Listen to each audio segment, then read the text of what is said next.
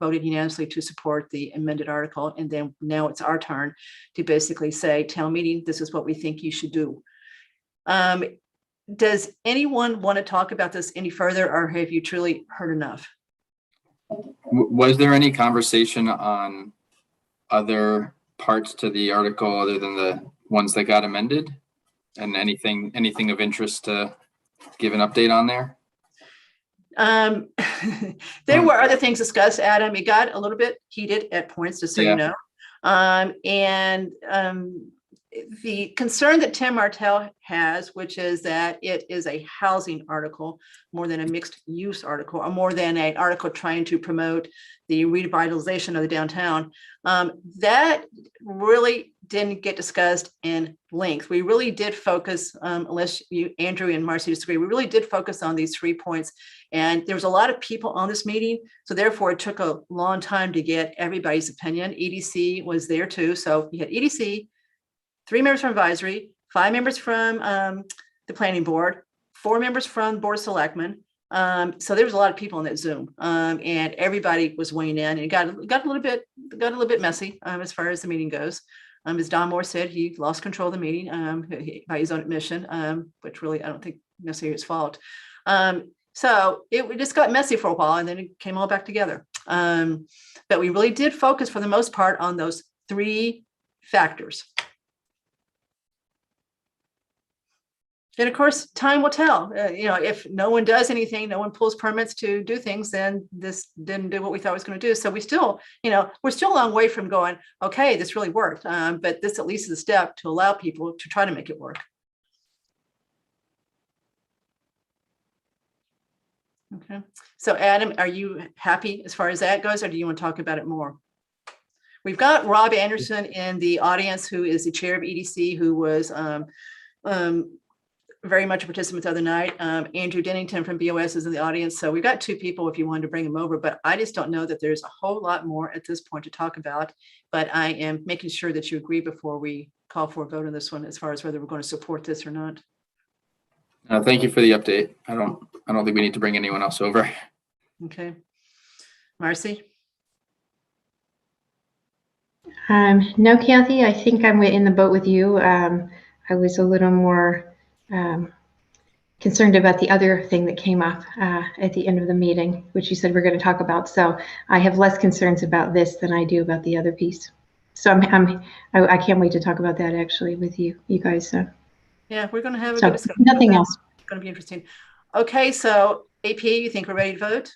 Sure, I'm going to make them. I move that the advisory committee supports Article 10 as amended by Lisa Brasio on 10/19/21, and all 3 amendments that she made.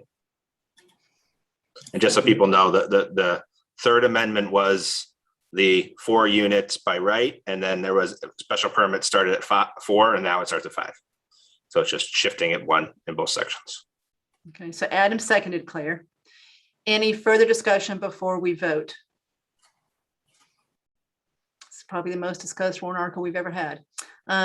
Okay, roll call votes. I'm going to do it in order of seeing people. Eric? Aye, I support it. Cook is aye. AP? Aye. Marcy? Aye. Adam? Aye. And Tom? Aye. Okay, so Claire, we've got a 6-0 vote in support of amended Article 10. Okay, make sure you get amended in there too, because that's what we're voting on. Okay, so Rob, you can go back to the. Got it. Okay. Thank you. Sorry. Okay. All right. Okay. Done deal. All right. The next thing we're going to talk about is we got the chair of the MTC, Matt Probst, and Jay Montijo from the manager of the town IT bar coming at 8:30. So I'll be watching the clock. So we're going to start discussing about the budget, and then we'll pull them in as soon as they come, so we can value their time and not make them stay more than they need to. By then, I think the Red Sox are going to be done, but just in case that they pull a rabbit out of the hat here. Okay, so Andrew, why don't we go ahead and start sharing the screen so it will illustrate what the problem is we have with the overall budget for fiscal year 22.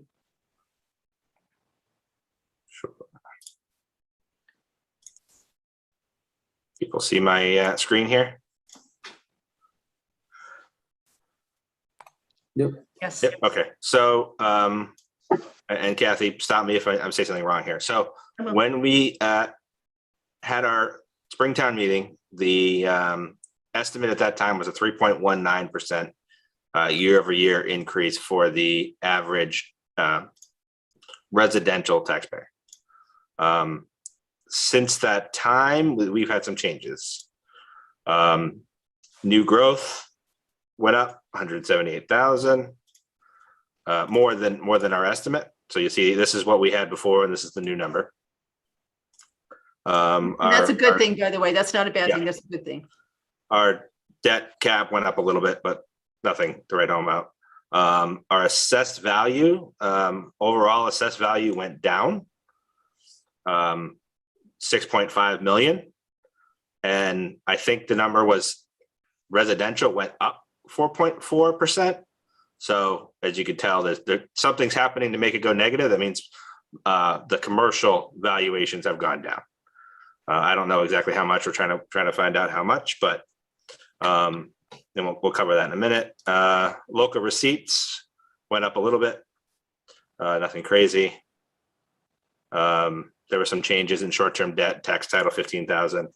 And then if we look at the proposed budget articles, we have the $99,682 for the Board of Health that we talked about last meeting, and then an additional $100,000 in capital articles, which is an additional $45,000 to get to the $85,000 for IT, because the old money included the $40,000 that just got missed, plus $25,000 for the BOS for the traffic study and $30,000 for capital. So by doing all of that, we end up with a 5.46% increase instead of the 3.19% increase, which had, I think, Kathy, I don't want to speak for you, but had we known it was going to be 5.46 at that point in time, we probably would have done things much differently to create the budget. So Kathy, you don't want to stop there? I would never have voted. I don't care what anybody, I would never have voted for a 5.46% increase year over year in a budget when you've got the pandemic still roaring with the impact it's had on people. Knowing what I know about other people in this town that struggle to pay their bills, knowing what I know about Social Security increases for 21 and 22. Now, I'm truly ashamed of this. So I'll stop there if anybody has any questions. All right, so before you have questions, let me explain exactly what's happened here. And it was knowable before our town meeting. And remember, our town meeting was 2 months late anyway. It was late May.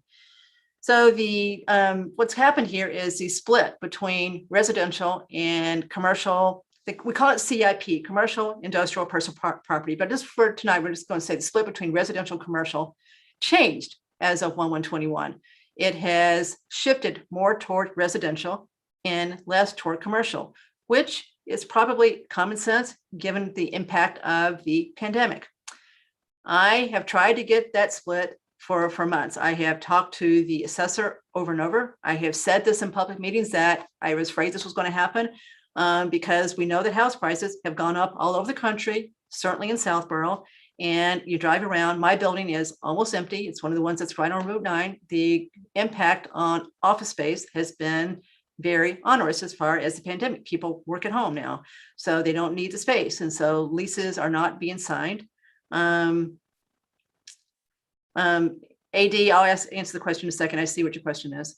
So the certified free cash, we got a questions being answered from the audience. Let me just answer it. Andrew Dennington, yes, that's a free cash that just got certified last week for fiscal year 21, $1.8 million. Okay, so that's what's caused this. Forget the little things that Andrew pointed out. Those are just minor things. Even what we're asking to do at the special town meeting that fixed budgets is still fairly minor. It takes about $400,000 of additional expenses to move the needle 1% as far as the tax increase goes. So everything being proposed for the special town meeting would have moved it maybe 0.5%. But again, to go to this meeting and tell people that their taxes are going to go up 5.46%, I think is just a total abrogation of responsibility. And we're responsible for presenting that budget. So I feel like we have been misled. And something's got to be said about this and something's got to be done about this. We simply cannot allow 5.4. I don't think, I'm one person, but 5.46, I think, is just totally inappropriate in this day and age. So that's where we are. Board of Selectmen met last night, and I believe that they seem to agree that this is not a good picture here. And their solution seems to be to use some of the free cash from fiscal year 21 that we normally wouldn't use until fiscal year 23. It doesn't get certified until the next fiscal year. So it just got certified a couple weeks ago. And so normally you would leave it and use it for fiscal year 23. But there is a procedure where you can go ahead and appropriate some or all of it now. And I believe that's what they think the solution should be, is take some of that and knock this rate back down. And it may be where we end up too. So I'm not sure, but there's other things that can be done too. So that's what we need to discuss tonight, is where we stand as far as how to solve this, unless the majority thinks that 5.46 is acceptable. So that's what we got to decide first, whether 5.46, given that we told people it was 3.19, that's what, a 60% increase as far as the year-over-year increase. So it's not trivial as far as that goes at all. Kathy, can we just do a straw poll? Does anybody think 5.46 is okay and we should stop here, or should we try to get that lower? So is there somewhere on here that I can quickly reference what the historical increases have been year over year? While we're talking, I'll try to pull up. I can tell you the previous year was 1.36, I think is what it ended up being. And that was, the first COVID year. So it was 1.36. 3 is pretty, it has bounced around, Adam. I'll tell you that it's bounced around some, but we try to keep it to something that looks like inflation. And 5.46. Now I know inflation is going up right now. We don't really know what it is because there's so much that we hope is temporary. So it's kind of hard to pin what inflation is right now. But in the past, we have tried to. So 5.46 is on the high side. That much I can tell you. Okay.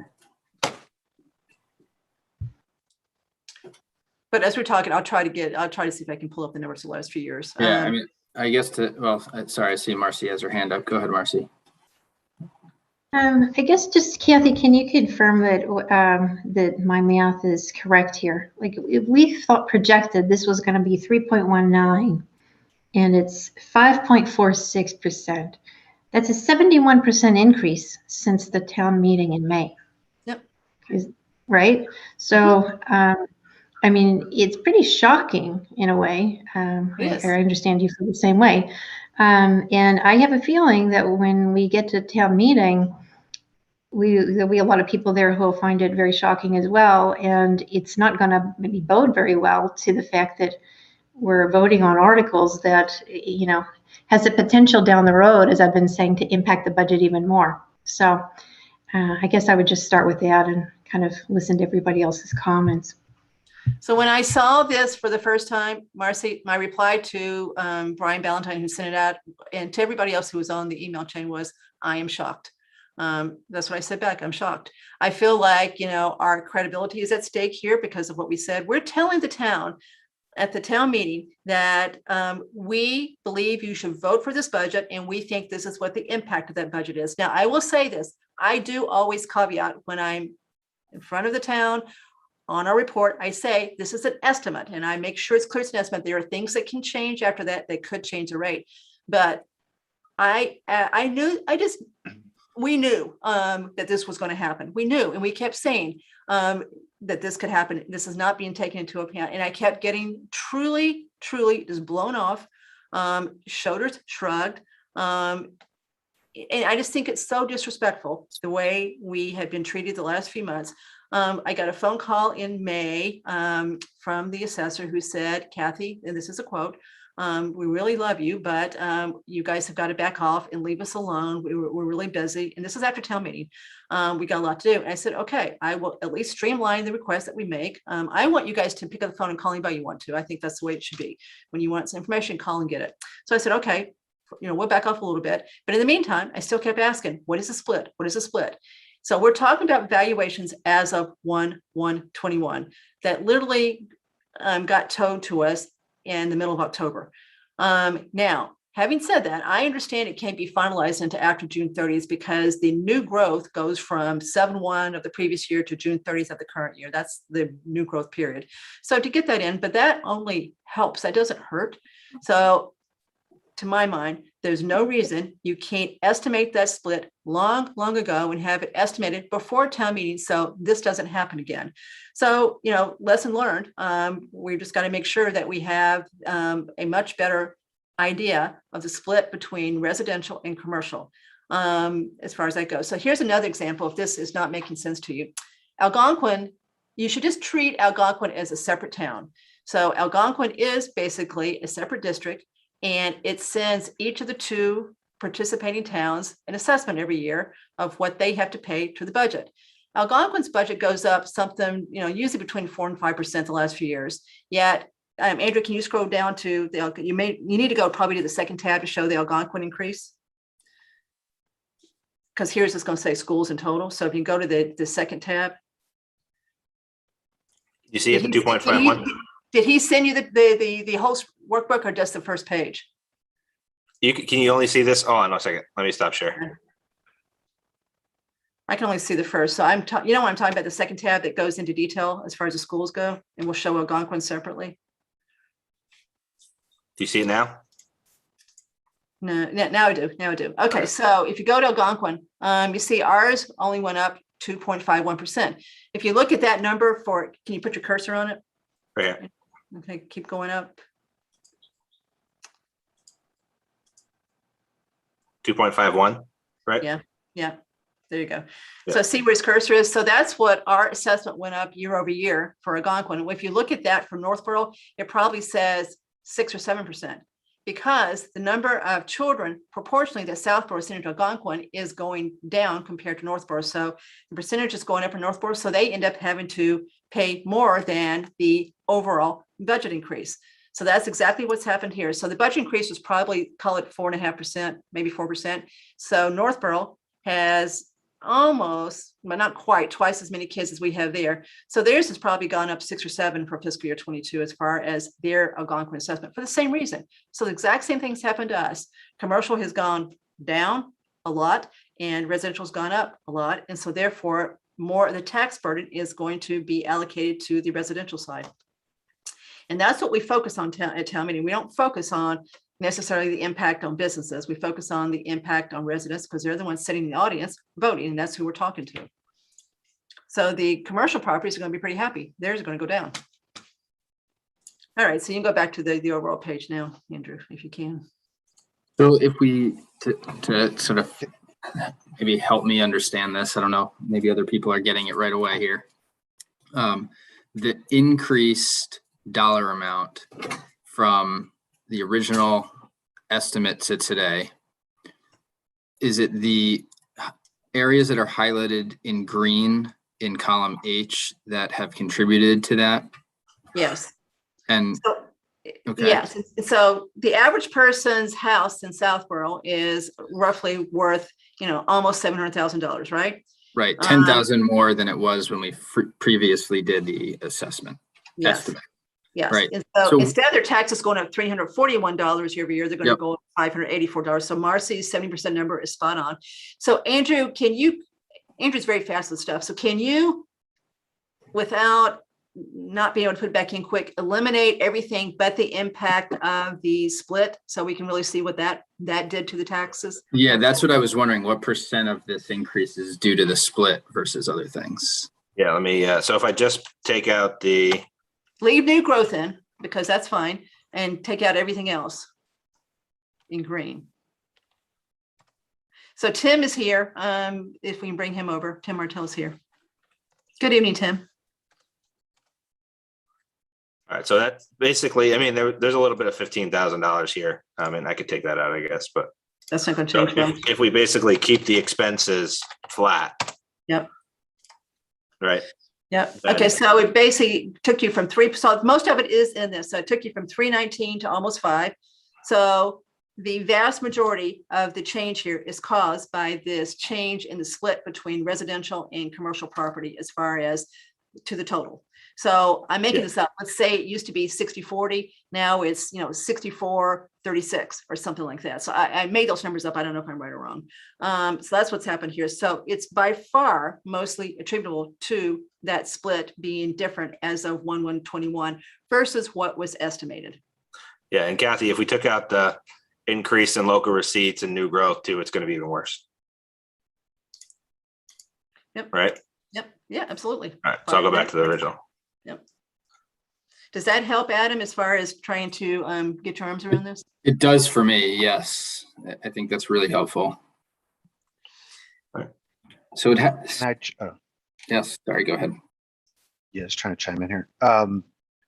So I just want to put this in my own words to see if this is making sense to me. It's similar to Adam's question, but before I do that, Andrew, can you just do me a favor? Can you scroll to the bottom of this? I was just curious what the last okay. Okay, I was just curious. Basically, it's a $200,000 increase in expenditures. Okay. And 188,000 roughly of revenue. Okay, so, and like I said, I'm just trying to put this in my own words here, based on similar to what Adam just said, that the primary difference between the numbers that we had in May, which is that first box in columns I and J rows, it looks like 7 through 12, right? The $341 increase, roughly 3.2% increase. That's what it would have been in May, but this was never brought forward at that time at a town meeting in May. Is that correct? That first part? No, this was never brought up. Then this is what the numbers the first box was brought forth. So this is were what at that people showed. time. Yep, this is what we wrote our report on, the 3.19. We always use the word estimated But because this we was know. never brought up for a vote in May. Well, you don't vote on this. You basically vote on the budget. But this is what the vote on the budget generates as far as the increase. So we say, okay, if you vote on this budget, this is what you should expect your taxes to go up for the average house. And it's going to go up the same. I mean, they're just picking an average house. So if your house is worth half that, you're still going to have a 3.19% increase. So the increase is going to apply to all houses. The dollar amount would differ depending on the value of the house. But so we don't vote on the 3.19. What we vote on is the budget that generates the 3.19. And there's always going to be a little difference between what we show as the estimate increase and what finally the assessor uses when he assesses taxes in the late fall. And that's what he's about to do now. He's about to send out the final tax bills for fiscal year 22 that will basically, they're going to have, what you get your bill, you're going to have, if this doesn't change, what you owe for February 1st and May 1st is going to be a lot more than what you paid August 1st, November 1st, because he based those two bills on last year's taxes. And then he has to true up Q3 and Q4 for what was underpaid the first 2 quarters. So the bills that people get for Q3 and Q4 might be quite shocking because they're going to be a lot more than Q1 and Q2 if we don't do something. And then earlier, Kathy, when you were talking, setting this all up, you said that you felt like we were very misled in this. I do. And I'm saying this on purpose. This is a public meeting. I feel like we have been totally misled. I think we have been disrespected. That's another word, that the information we've asked for, that we warned about this. And let me say this, I think it's going to happen again 1/1/22. So I don't think we're done. House prices continue to go up, right? We see this in Southborough. There's a lot of people moving here. There's been a study done to try to determine if we can close the school. There's public information that shows that prices are going up, and they're still going up. I don't think they've leveled off yet. And commercial may have leveled off, but it's not coming back up as far as I know. So I think this split is going to continue to get worse 1/1/22. So that's why, we really, yes, we've learned a lesson, and we're going to have to insist on better information for the March town meeting, which is 2 months before last year's meeting, which will really push the assessor to get it to us, but we're just going to have to insist on. We cannot go to another meeting and say, we think your taxes go up 3% and they go up 6% instead. And then as far as I'm concerned, we've got to do something to fix this. This just can't be allowed to stand, I don't think. So Tim, when you say, is Tim with us now? I am. Okay. I'm just trying to catch up, Kathy. so All right, let me ask you. Oh, so so when you say we were misled, I'm just trying to make sure, like, are you saying we were misled because nobody provided us the actual numbers? Because, like, to your point before, like, 6 months ago, it wasn't, it was pretty common knowledge to people that commercial values in the United States are going down as a result of the pandemic, and we could see the housing. Are you just saying that like people were blowing us off and giving us the numbers until the 11th hour? I'm just trying to get my, like, is it because this couldn't, was this you said this was shocking that these numbers came out? Was it just shocking at like the scale that it came out to, or that just people weren't providing us the data? So, that we Tom, I needed? would say both. I think this data was as of 1/1/21. So that's when all evaluations were set, all the abatements were done. Right. So it took 10 months to give us the numbers that should have been, in theory, ready by town meeting.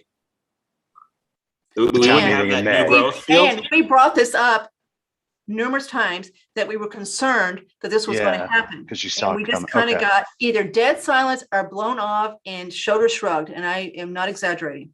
Okay. And then, so I sent an email a week ago to the assessor. He totally ignored it, asking again for this. And then Friday, we finally got it as far as the final stuff. And the email ended up with "Have a nice weekend."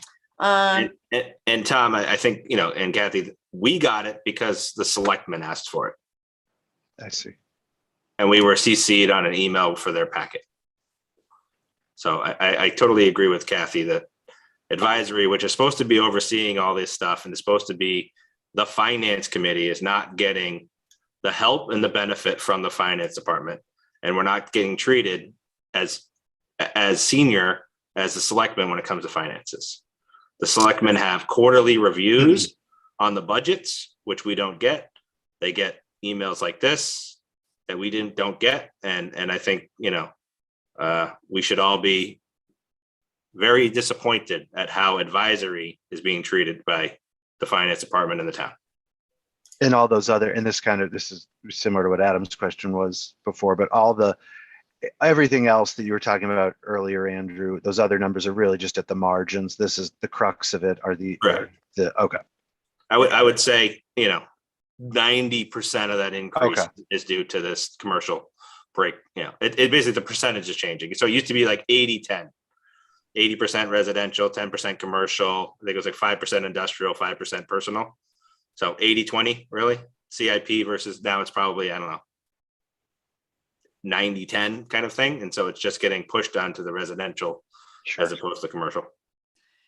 Advisory's main role is to basically recommend a budget to town meeting. We are the legislative committee for town meeting. The warrant article budget should reflect our recommendation, period. It's not Board of Selectmen's recommendation. It's not anybody else. It should be our recommendation, period. Yes, we want to work with the Board of Selectmen to try to come to an agreement. You can always amend what we have in the warrant to change it if you don't agree with it, but it's supposed to be our recommendation after spending 9 months with talking to everyone, hearings, whatever. This is what we believe is an appropriate budget that reflects what the town wants as far as services and hopefully is being presented at a reasonable cost so that people can afford to live here. It's simple as that. And when you don't get something that is so key to determining what the year-over-year increase is, you really can't do your job.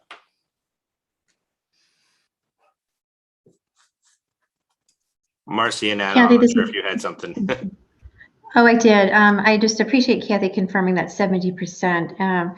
I think it's important to note here that the decrease in commercial and now this, increase that we're going to see in residential taxes, this is my opinion, but I think, again, this isn't going to go over well at town meeting when we have the EDC proposing a downtown initiative. If I, as a voter, I would be asking the question, what have they been doing about the commercial that we're losing while we're, talking about the downtown initiative that's going to impact 1 or 2 properties, maybe downtown. So I really have concerns about that in terms of, I think this could directly link to that article failing, even though I did vote to support it because I would like to see something happen downtown. And I agree with what happened on Monday. But I think that that's a real possibility. The other is, certainly, Are we going to be able to re-vote on anything that we've already voted on that is going to impact the budget substantially? I know we haven't voted on Board of Health yet, but I guess it's a process question I have. We haven't voted on anything that's going to affect the budget other than the 25K traffic study. So yeah, but we can revote that too, just to take a stand here. But to make this clear, this is, I believe, almost all related to COVID. So if we hadn't have COVID, the split between residential and commercial has stayed very steady over the years. This is a COVID result here as far as what's happened here. But again, I think, Tom said, you can see this coming a mile away as far as what it did to, office people said, oh, we can work at home. We don't need these leases. We don't need this office space, right? Who was going to open an office in the middle of COVID? People moved from Boston out into the suburbs. We know that. We saw that in New York City. We saw that all over the country. People moving to the suburbs because they knew they could work from home. They didn't have to, do the commute anymore, so they could move where they wanted to, where there were good schools, et cetera. So that's what's happened. So to me, this is what the assessor does for a living. Why, he didn't jump up and down and say, you better get something in here to show this. But I tried. I didn't. It really, to override what he said as far as what to use here, I thought was inappropriate. Now I wish we had. I wish we had done some models showing what it might happen so that we would have come up with a budget that would have had a lot more fiscal restraint in it. So we've been ready for this. But I'm saying now we better be ready for 1/1/22 because I think it's going to happen again. I don't know if it's going to happen as much because maybe commercials leveled out. But we at least need to ask the right questions and push to get the numbers so that we know what 1/1/22 is going to look like. Tim, are you with what's happened here? Yes. Okay. And we'll go back and talk about downtown initiative in a second because you missed that first part. So that's where we are. Now we're going to have Jay Montijo and Matt Probst with us in 15 minutes. So we can keep talking about this and then we'll talk to them and then we'll go back and decide whether we want to approve the capital piece that's in one of the articles or not. Or we whether want to say no to those just because the budget's so bad at this point. Again, those are fairly small things. They're not going to move the needle much. They'll move it a little bit. Kathy, do you want me to walk through a proposed scenario or do you want me to wait till after? Yeah. We got 15 minutes. Let's not waste 15 minutes All right. here. Okay. So yeah, go ahead. Okay. All right. Do you see this this one here with the red here? Yep. Okay. Yeah. So this is basically for everybody. It's basically the exact same sheet. I just tweaked a couple things. One is my goal was to get it to a 4% increase, which I think is palatable. And the only way I could see to do that within reason is removing the Board of Health altogether. And the idea there would be to use reserve fund for about $75,000, which we have. And the reserve fund's already in the budget, so there's no impact. If we can't get funding from elsewhere, if CARES Act's not extended, which it might be. So if there's no other outside funding, then use the reserve fund as the backstop there to at least get that increase out of there.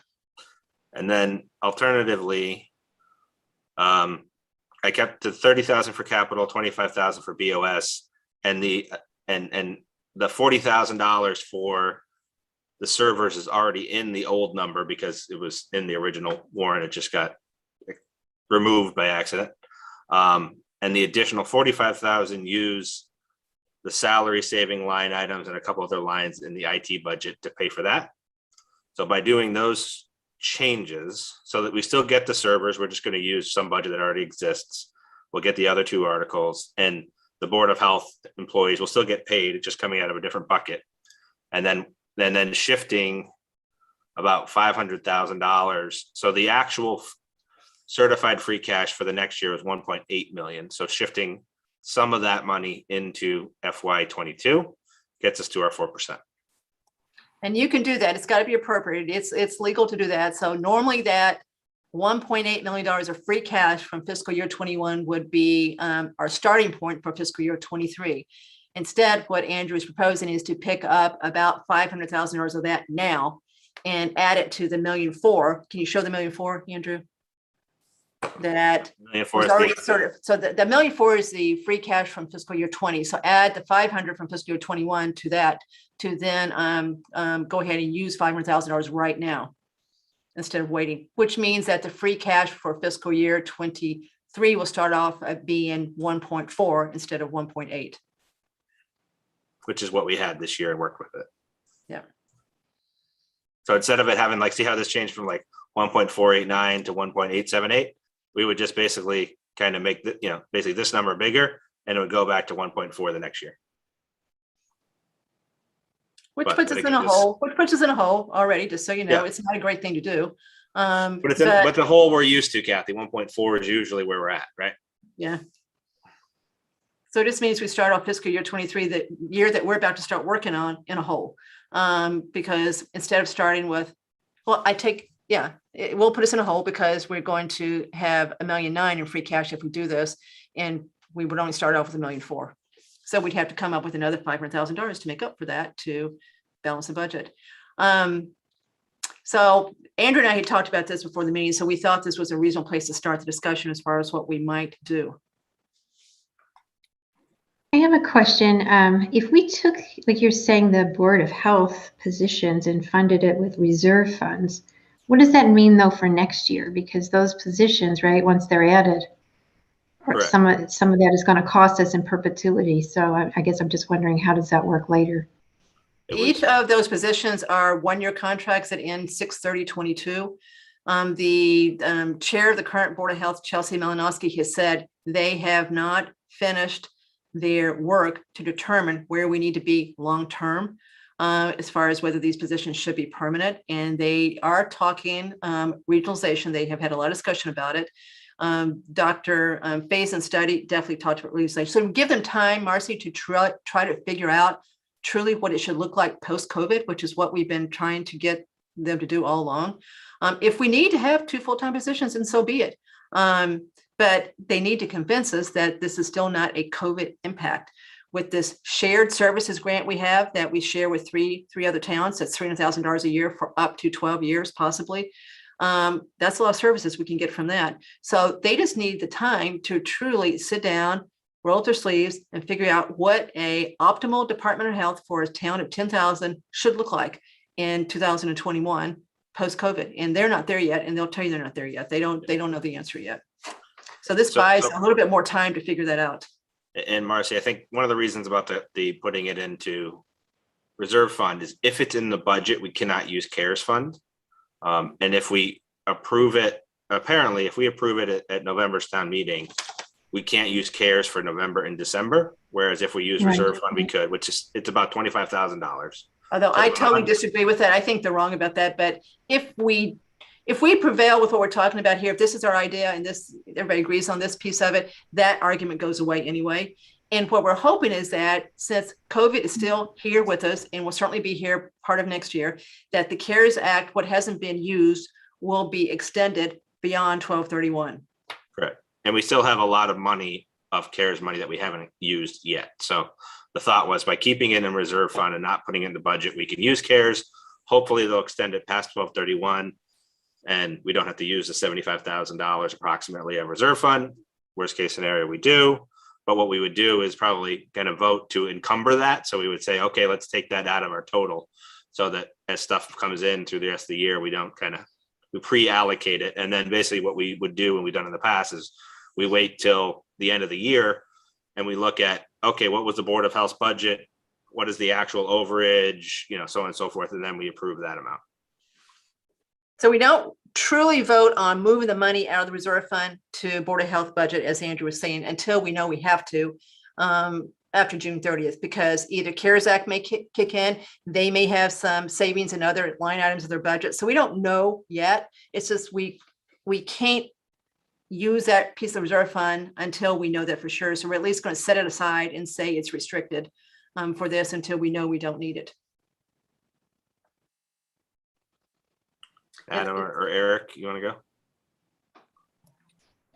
go? Sure. I'll go quickly and then give Eric a shot here. So I guess first off, I do like the idea of moving if we end up needing it, the Department of Health spend into reserve.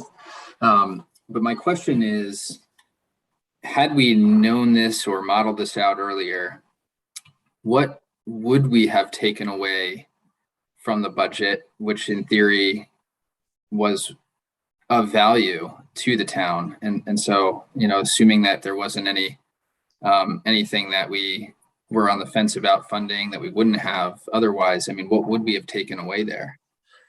I just put up, if you can see do you see the capital plan here, Kathy, or just that one other screen? No, we can see it. Okay, so yeah, so I think, these are some of the capital items that hit the 858,000. Okay. So we could have, maybe we didn't do less road maintenance, or Less, maybe we pushed the chipper off for a year, right. or the library Okay. renovations, right? So that's kind of some of the stuff. And then there's operational budgets, right? So certainly there were some budget increases and things like that we could play around with, but these are the kind of Okay. It's really helpful, actually, just from my perspective, because, to your point, Andrew, some of these certainly didn't have to happen exactly when they were funded.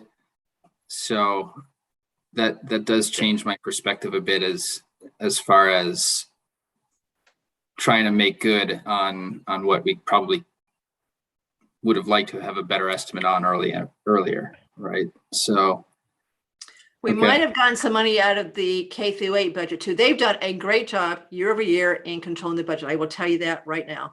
Really good job. But there's some things in their budget that probably don't belong there. And we were going to start looking at it this year, but we probably would have looked at it a lot earlier. They've got the tuition that's paid for the pre-K, even though the salaries of the teachers are totally in the budget that they present.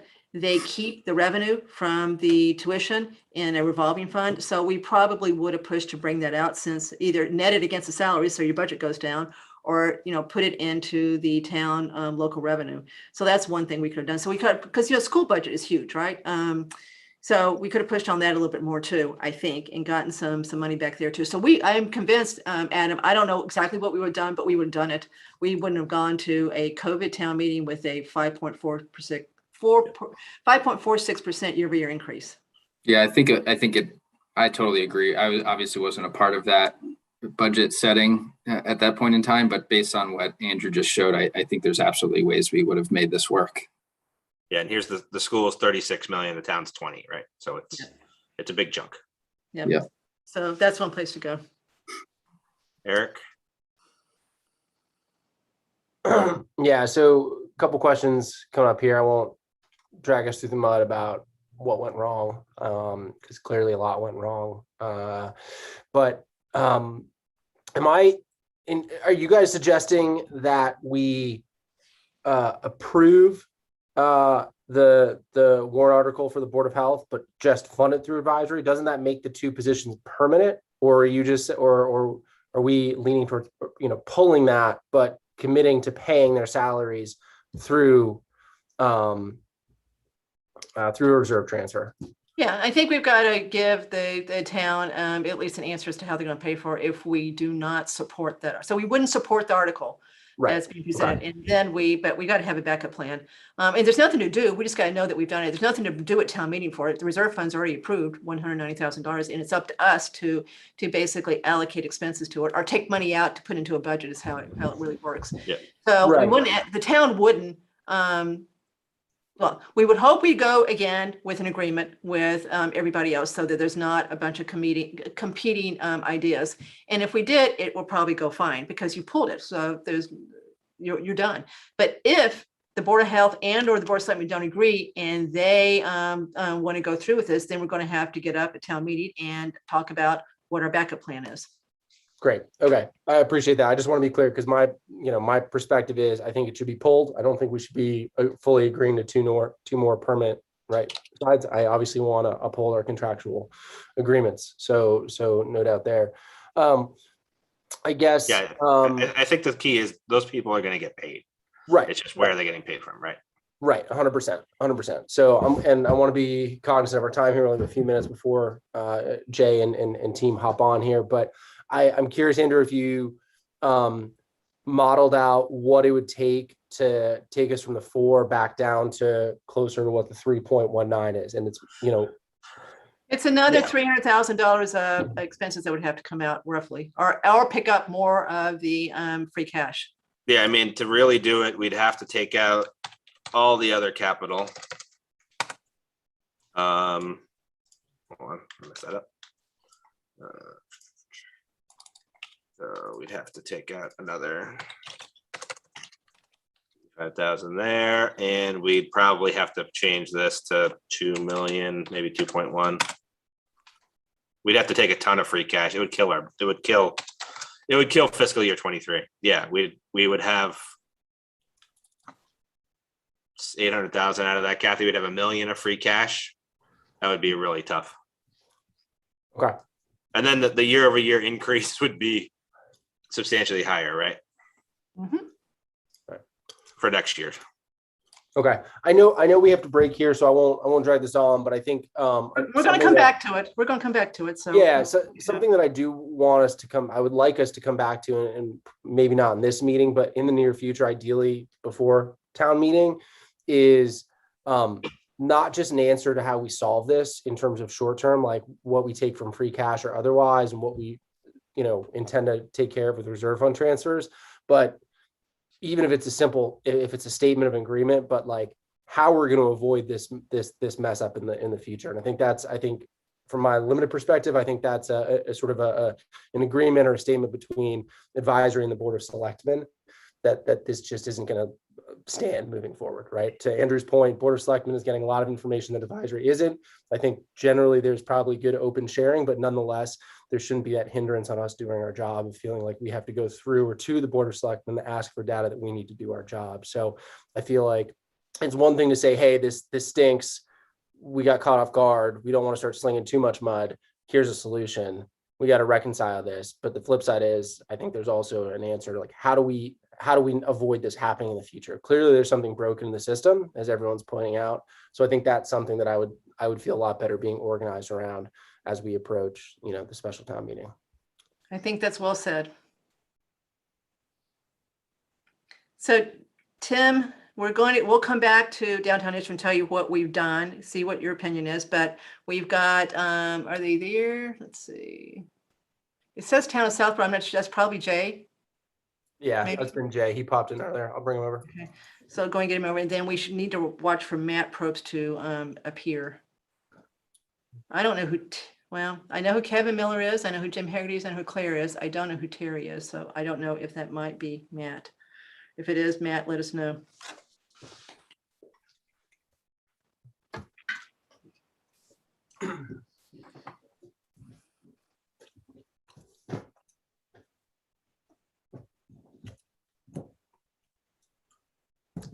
While we're waiting for them to come over, quick question, Kathy and Andrew. One, is the budget doc that we're going through, is that available on a shared drive? Can that be provided? I know for me, Excel, when I can actually play locally on a file, it makes a lot more sense. And then secondly, Yeah. is either in there or elsewhere, is there a record of what reserve fund transfers were made last year? So we can get a sense of sort of, maybe even 2 years back would be ideal if it's not too much work, to get a sense of what comes in and what those numbers look like. I know could be volatile, I suppose, but I think. Yes, and yes, we'll send everybody the actual spreadsheet so you can play around with it, right? As an Excel spreadsheet or Excel workbook. And then we'll send you the history of the reserve fund transfers the last few years. Yes, we do have those. Wonderful. Thank you.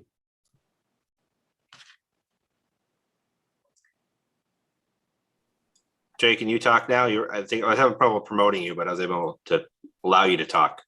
Yeah, can you guys hear me? Yep, we can. Okay. Hi. Good evening, everyone. Hi. All right. You guys seem like you have a lot on your plate tonight from what I can see. And I apologize that I'm adding to some of it. So You're not at all. We want to hear from you. We respect what you say, and we really want to get your take on what's going on as far as specifically the servers. But we got a couple more questions too while you're here. This is the first time you've been to advisory since you were hired, I think. So we'd like to hear how things are going generally. What your plans are for hiring the second person, assuming the personnel board warrant article gets passed, which I am very confident it will on November 1st. And then, as you know, Matt Probst is supposed to come, so we'll watch for him to get here, and he'll join us when he gets here. Bill, why don't Yep. you just give us, kind of an overview of how things are going, how you spend your day, things like that. Yeah. Things are going fast. Today I'm actually officially 6 months in to the day.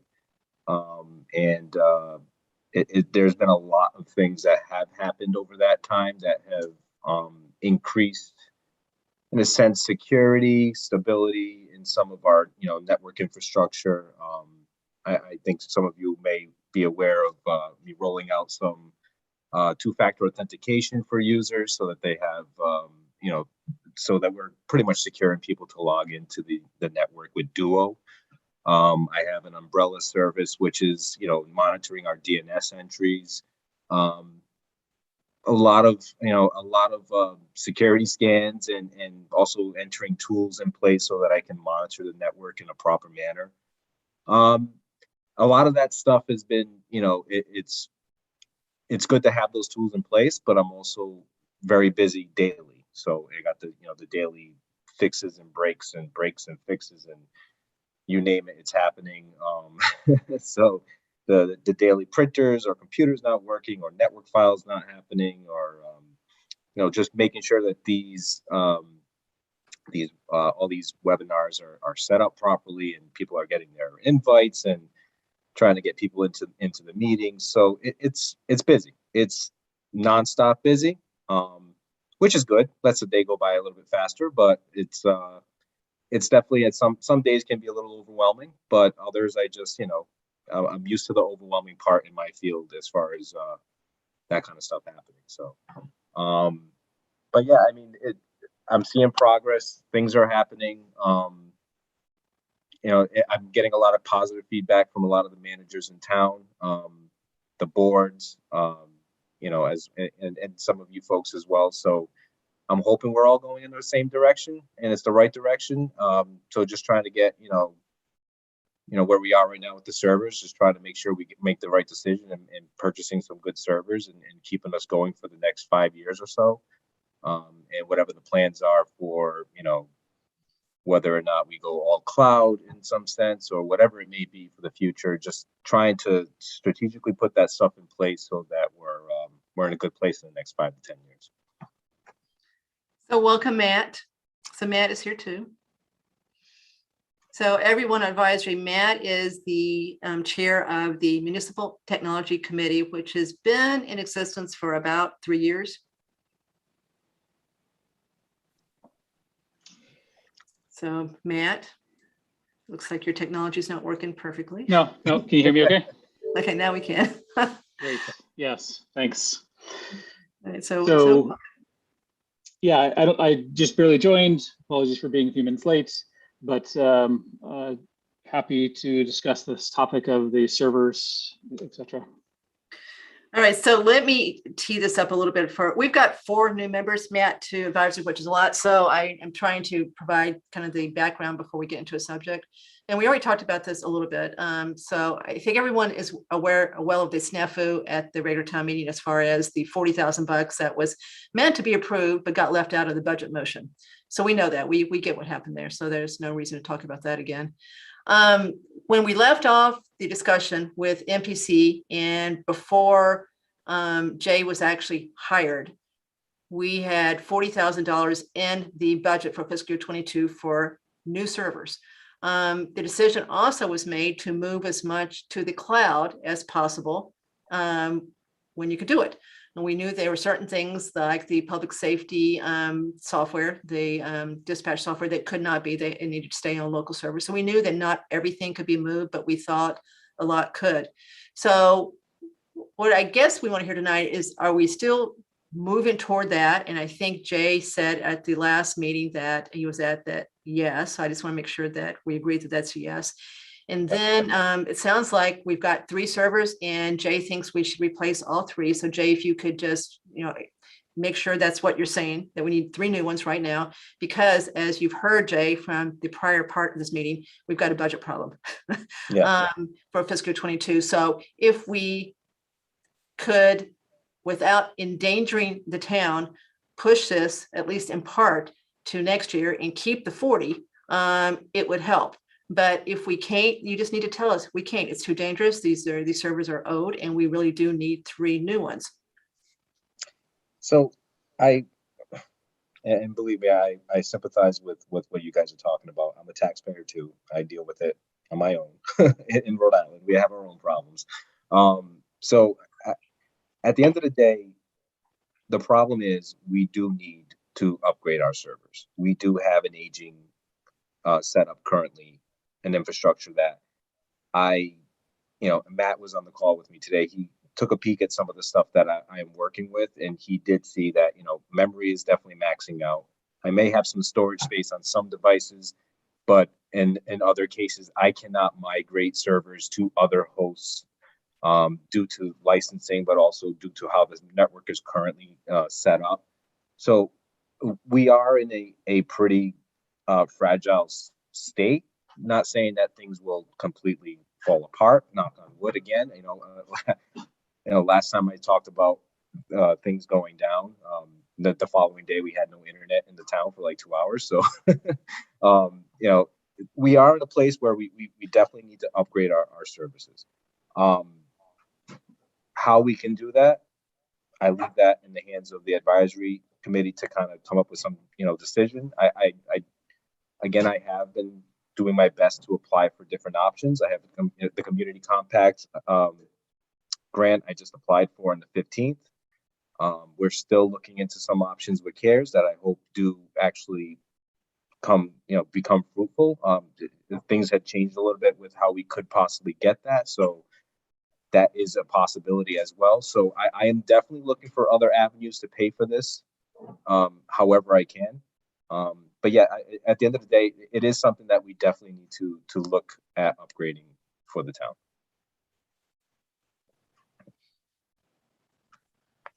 Matt, you want to go next? Sure. Yeah. Fully agree that there's 2 problems with our old servers. 1, they're getting old. 2, they don't have the level of redundancy in themselves, even when they were bought.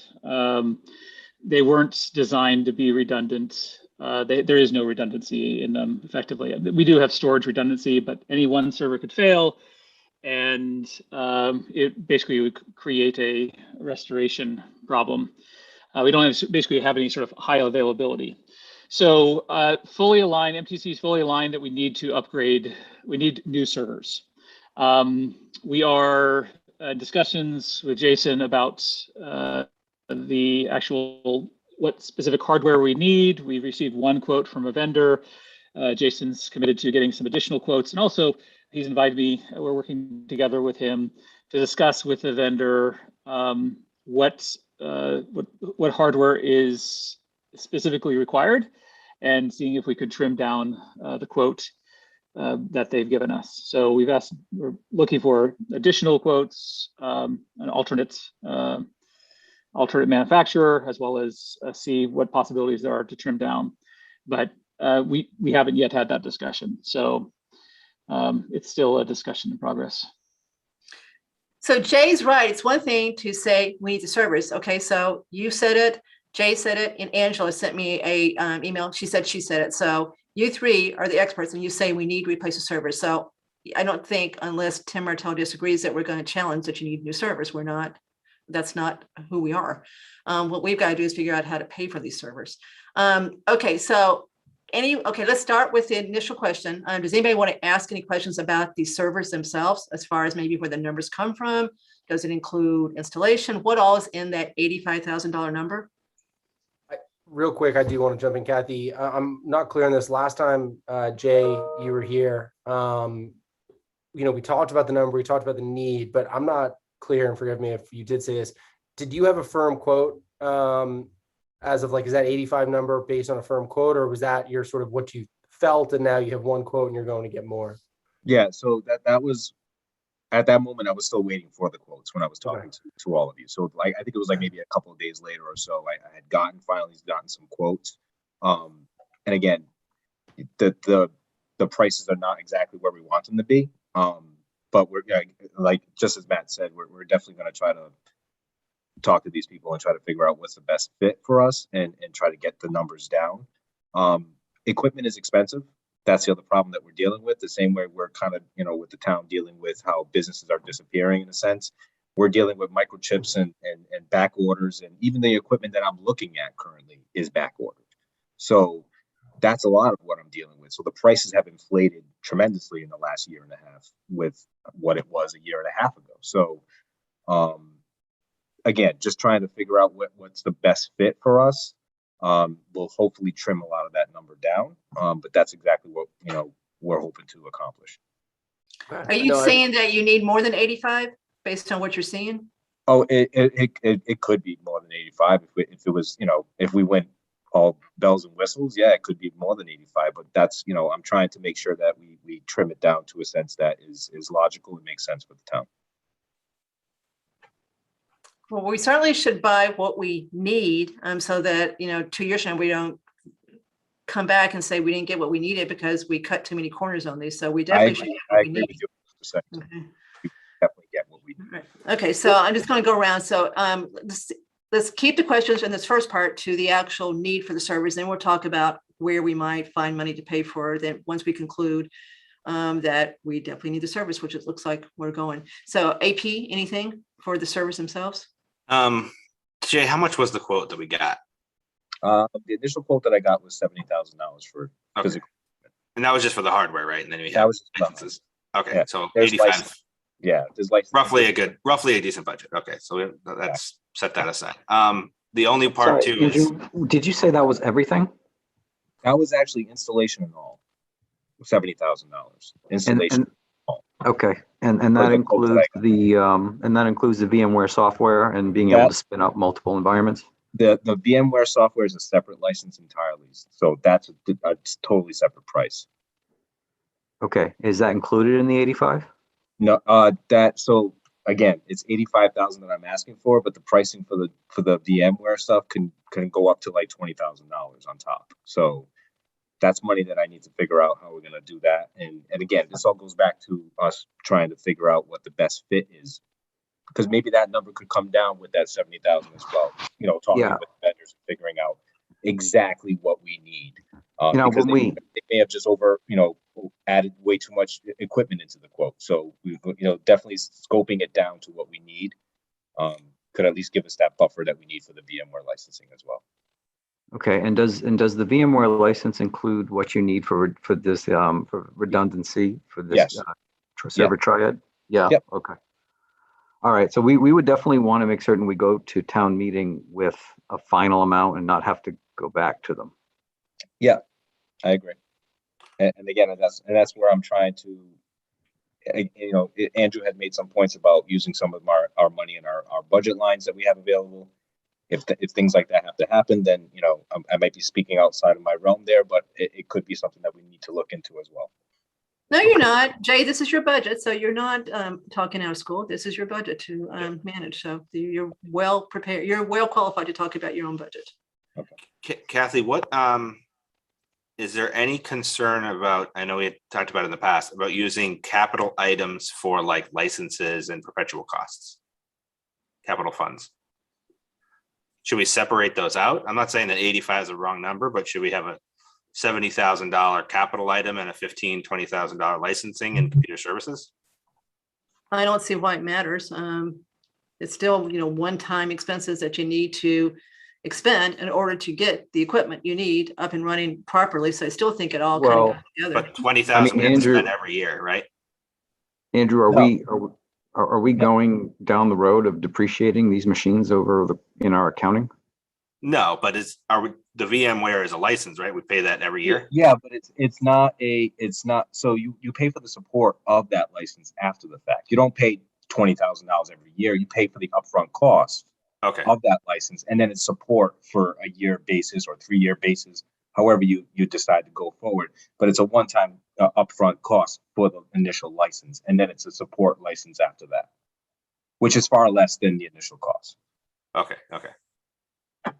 Does that make you feel better, AP? Yeah, I just didn't want to not have something in this year's budget that would need to be in next year's because it's perpetual. But if the support is only $5,000 or something, we could probably absorb that into one of the other line items. Yeah, and just as experience in past, purchases like this, in the past, especially with licensing, again, it's just something that I've always brought up when I did it in, this was the private sector, but it was typically considered a capital expense, the entire purchase. I'm not an accountant or finance person, but that was usually what the case was. It was usually a capital expense up front, and then everything else, for the support became, the yearly budget line item. Yeah. It's just, Jay, it in the town, we don't use your actuals to do your budget for next year. We use the budget. Yeah. So if we I'm didn't learning all have this that stuff. money in the budget for next year, it would look like a budget increase, right? Yeah. So I'm just trying to Mhm. help you play the game. Gotcha. Gotcha, Andrew. Okay, so AP, is that it for you as far as questions on the need for again, is it 3 servers we're talking about here, just to be clear? It would be 3 physical hosts. Yes, correct. Okay, all right, Marcy?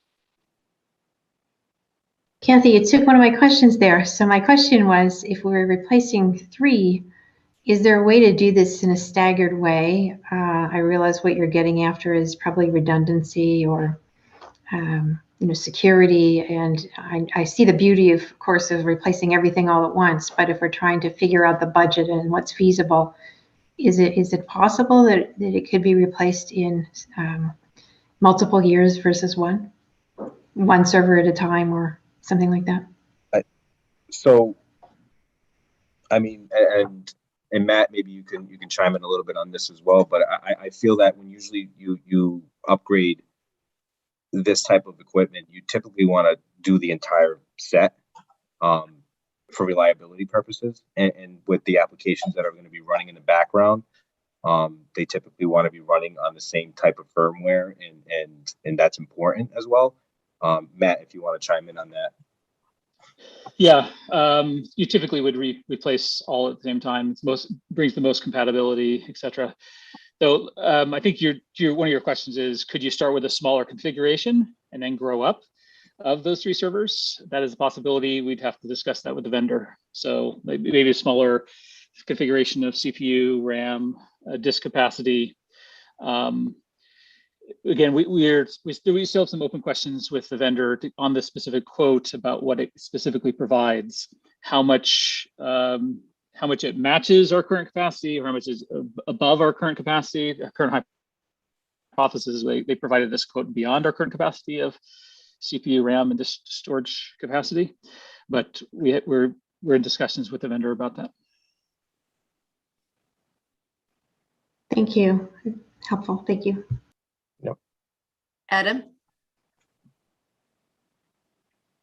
This definitely is not my expertise. So, I trust you, Jay and Matt, when you say we need these. I think we've already discussed what the risk might be of not doing this now. And so that would have been my only question, but I know that that's been vetted and explained and asked and answered. So it's not my forte. So I trust you guys when you say we need it. Tom?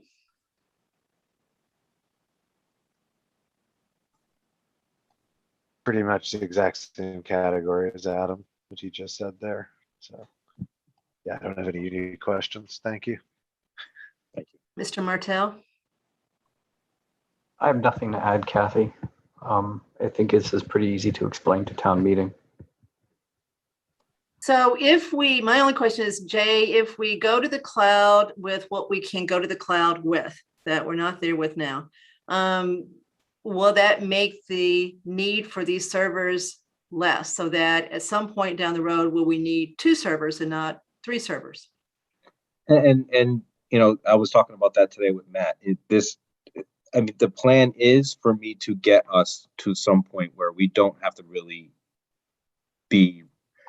we don't have the necessity to have physical servers on site. There are pieces that we need to put in place in order for us to be completely cloud, or at least in a sense, have a good chunk of our servers in the cloud. The pieces of it that are, obviously technical terms that I can go over, but again, there are pieces that need to be put in place in order for us to be completely cloud. my goal is for us to get in that direction over the next 3 to 5 years. It would be a great accomplishment for myself and also for the town as well, just to get us all into that position. And that at the end of the day, that's what I'm looking to do. I want to get us into the cloud. Can we do it today? Can I go, to work tomorrow and say, hey, let's get us all to the cloud? No, unfortunately, I can't. Is that my goal? Yes. That's helpful. And servers last about 5 years? Yeah, that's usually the goal of it. It's usually about 5 years. Okay, so we probably won't have to replace these 3 servers again, is what you're saying. Exactly. Yeah. Okay. Go ahead, Matt. Yeah, so to answer your question is, if we moved everything we could to the cloud as of today, which again, as Jay mentioned, there's quite a bit of work that needs to be done to do it. And we're not confident that even some of the public safety software could even move to the cloud in its current version. The only thing it would most likely reduce is the configuration of these servers, the specific how much CPU, RAM, and storage capacity. It wouldn't necessarily eliminate the need to have 3 servers. But again, that's something, that's another thing I'm discussing with Jay about to see if there's optimizations for reduction in the size based on what our current needs are. And again, it's open discussion with the vendor right now. Okay. All right, so does anyone have any other questions as far as the need for servers? It sounds like we need 3 new servers in the near future. I just have one quick question. Sorry. Jay, you mentioned the servers you were currently looking on back order. Do they have any timeline? I'm just curious, like what the ETA is, say we push go tomorrow, just for argument's sake. Actually, sadly enough, it says item back ordered. There's no, some of the pieces just say, 6 to 7 weeks. Some pieces say 3 to 5 days, 6 to 10 days, and then others just say item back ordered. So there's no real, unfortunately, there's nothing really out there that says this is the day it's going to come. Oddly enough, when I got the quotes initially, when I clicked on the link for the initial server that I was looking at, it said item available, and we're talking a week item back ordered. So it's changing constantly right now. They'll probably get a shipment of 20, and then 20 are gone, and then they're back to item back ordered. So we're fighting the tides literally of the oceans between us and where these places, where these things are being built. Yeah, fair enough. My company is in consumer electronics, and have a lot of similar supply chains, so I get it. Anyway, that's all I had. I appreciate your guys' expertise and guidance here, so thank you so much for answering the questions. Yep, no problem.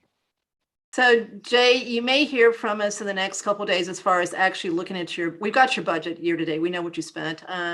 You haven't hired the second person yet. And of course, that person was budgeted for July 1st. So there's definitely some savings in that line item. Now you may say, well, yeah, but I've got an overage on another one. So I do want to talk to you specifically about where you think the budget is. But the good news about a capital item, other than compared to an operating budget item, is it doesn't roll over automatically to next year. We don't start with 85,000 baked in and then you're going to increase it. So it's it's a one-shot thing. If it's not in this year, it probably would have been in next year. So that does help get this approved because it is a capital item, and capital start all over every year as far as where we build from. It doesn't start with last year's capital and then you build from it. So that does help this as far as the budget piece of it goes. All right, so I think we probably have heard what we need to make a decision as far as this one goes, unless anybody disagrees with that. And have the Red Sox officially lost? That's that if they have. Well, Brutal, Kathy, brutal. Well, I'm just asking you, is the game over? No, it's 9-1. They lost. Okay. They lost. All right. So we're not keeping you from the game, which is what I thought we were going to be doing. Okay. All right. So Matt, we always appreciate you coming. We really appreciate that you do what you do. It's just great to have the talent we do on MTC. And Jay, we totally appreciate what you do. We know it's hard, and we know we'll be glad when you get your second person to help you. Yeah, definitely. Hey, so do you think you'll get someone hired fairly soon after the November 1st town meeting? Well, I'll tell you this. Vanessa and I have been working on the announcement pretty much to put it out there. that's in place. November 2nd, it's going to get blasted out the moment, obviously we get approval, hopefully. Good. The only thing I can see or foresee in a sense is the holidays. A lot of people don't like to leave jobs in the holidays. So, maybe I get that one person who's a shiner that, wants to come over and move during the holidays. But, if anything, at least after January 1st would be great. At least, aim for the worst and hope for the best, I guess. Well, keep us posted. We are very interested in you're getting your second person to take some of this pressure off of you. Thank you. I appreciate it. All right. Okay. Thank you both very much for coming tonight. Thank you. Okay. Thank you. Have a good evening. Okay. Bye-bye. Bye-bye. Bye-bye. Bye-bye. So AP, I'm kind of glad that all that stuff is in capital so that, you basically wash it out next year and it starts at zero. If it was in his budget, then it's built in, you'd have to get it back out and remember to take it back out. So because we always start with the same number for operating budgets and build on them, we don't do zero-based budgeting here at all, except for capital. Capital does start all over because of course capital is unique as far as what you do. All right, are we ready to vote on this one? As far as at least voting that we need these servers, and then we'll talk to and see if we can't find a better way to pay for it than just adding to the tax bill. For example, Andrew Pfaff, correct me if I'm wrong, in the budget for fiscal 22, the second position is budgeted, I think, at 95,000. Andrew? Yep. Here, I'll put it up. So half of 95 is 47.5. He's already got 40 from the snafu from the regular town meeting. So the 40 and 47.5 would give him the 85 he needs to do this. Yeah. So, yes. Yeah. and then I think there was a $4,000 item for ClearGov that we didn't go forward with. Yep. There was a $5,000 item for the cloud storage, but that didn't make it into the budget. So we could basically agree that we need 3 new servers based on what we heard. I don't see how we not do that. And then just ask that though it be funded out of the operating budget because as you heard him say, he probably won't have anybody in place until January 1st. So even if he were to, it goes out November 2nd, right? The earliest you would think you get somebody in place would probably be right after Thanksgiving. And so that's almost what you need. Are you going to do the math for us? Yeah, I mean, if you do 5 months, right, that's person starting in November, but So what's that? 6 months is 51,500. So I mean, I think we still need to give him some capital, but the question is, do you give him 85, 70, 65, 60, 50? Maybe you up it to 50 just to cover it, and he can cover the rest with the salary saving line. Well, 51.5 and 40 is 91.5, right? So he's got what he needs. We give him the 40 because he was supposed to have the 40, right? So I just everybody don't know. follow, the 40 should already be in there. 40 got approved to go in the budget. It was in the written article. It just, the motion that was made on the floor to approve the budget left out the number. And so the conclusion has been that it didn't get approved. Don't necessarily agree with that, but that's what the legal counsel has said. So we've got to put it back in. So no matter what, we got to put the 40 back in, right? But that still keeps us at 3.19. It doesn't change. That's built into the 3.19. So if we want him to, if we want the rest of it to come out of the savings we think he's got in his budget, the numbers look like they work. Yeah, and Kathy, we also upped our reserve fund 10,000 for IT. That's true. We did. So I think between his savings and his salary line item and what we scrolled away on reserve fund, I think we wait to see how he is at the end of the year, and he should be in good shape. And if not, we have that 10,000. So would that mean that we would approve the need for the servers, but we would not back the article where he's asking to fund it? We would probably amend the article from 85 to 40. Yes, exactly. And then he would just buy $85,000 worth of servers, partially with the capital item and partially with his operating budget. Okay. And in order to do that, do we need to get some verification from him that he agrees he has those funds, even though we know he should? I think we should talk to him tomorrow, Andrew, AP, and make sure he understands this. He's still, he was just thrown into the fire when he was hired. We hadn't had anybody for 5 months, and there was a lot of backlog of stuff that had to be attended to. So my guess is he hasn't really focused on the budget that much. That's not where he spends his time. And so it would be nice to give him a chance to agree with this, understand what we're doing, and be comfortable with it. Because it is his budget and we want him to own it. We want him to manage it. He's a one-person department right now. The MTC worked pretty hard on the budget. So I hope it's a good budget for fiscal year 22. But again, we didn't have anyone in position that actually put that budget together. We worked with the previous IT manager's budget that he preliminarily put together and built on that. So we hope it's a good budget. So we should look at the whole thing and make sure nothing else is gone. There's nothing else that's going over that would impact what we're saying. So I think that tonight we should vote. We'll take a vote. We agree we need 3 new servers, and then postpone the funding because we're going to meet one more time before town meeting. We don't have a choice, and postpone the funding until we have a discussion with Jay.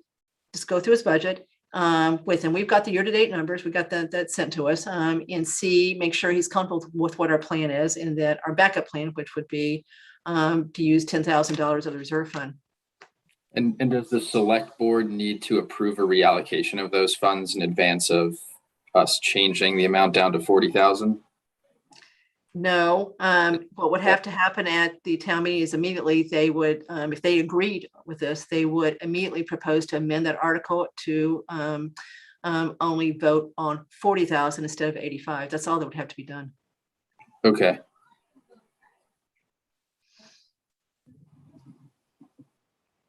I mean, you could technically, it's not in capital. So all we're going to do is vote on putting the $40,000 back into capital and be done with it. That's what we're talking about possibly doing right now.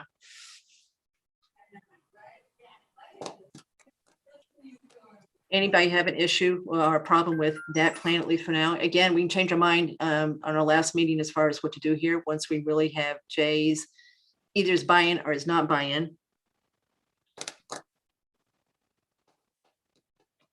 AP? No, I'm good with it. I think it, so I don't even think, I don't think does anyone have a problem with saying we need 3 new servers, at least agreeing to that tonight? So we don't have to vote on that. I mean, it's clear we do from what they both said. Angela Barney, who's also the committee, sent me an email saying she was going to be here, but she thought it was 7:30. So she said, I can't come, but I've talked to him. I agree. We need 3 new servers. So I don't think advisory wants to say we don't need 3 new servers when the people who are really on the ground doing this say we need 3 new servers. Okay. All right. So let's just leave it at that. And then we will take a final vote on how to pay for this. Once we've got a little bit more info on the budget itself. I just want to scrub it with him and see what he thinks. Okay. So Tim, let me update you real quick on what we did with the downtown initiative to see, and let's re-vote. So we've got Tim's vote in this. So did you catch any of the planning board meeting on Monday night by any chance? I did not. So it was a tough meeting. So AP was there, Marcy was there, and I was there. EDC was there. I think every one of them were there. 4 out of 5 board of selectmen were there. And of course, the 5 planning board members were there. So there's a lot of people on the screen. We were all panelists.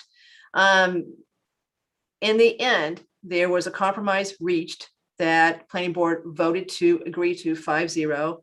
Board of selectmen voted last night to basically support the following 2 amendments.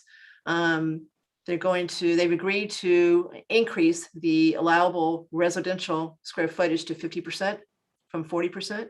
So they went from 40 to 50. only on 2 stories. Excuse me, only on 2 stories. And then they left it at 40 if it's more than 2 stories. Good point, Andrew. I actually didn't say that before. So in that way, if it's a 2-story building, the top floor can be residential, the bottom floor can be some type of commercial.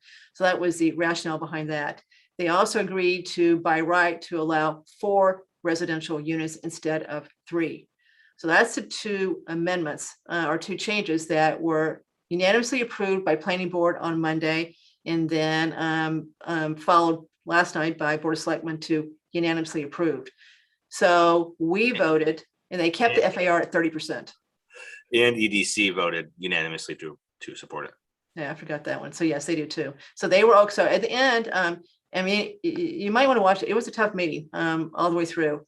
Lots of things got said. A lot of people were involved, but so planning board changed their mind or came around for two things because, most people kept saying, if we don't get this done tonight, then it's going to be kind of a mess at town meeting. I have made statements at the various meetings that I didn't know where you stood, that you've had issues with this all along, and I wasn't sure whether you had changed your mind or where you stood. So that's why I want to revote this, so your vote is officially on the record. So we voted earlier, Tim, 6-0 to support the article as amended before you got here. I didn't see any amendments on the housing part of this plan.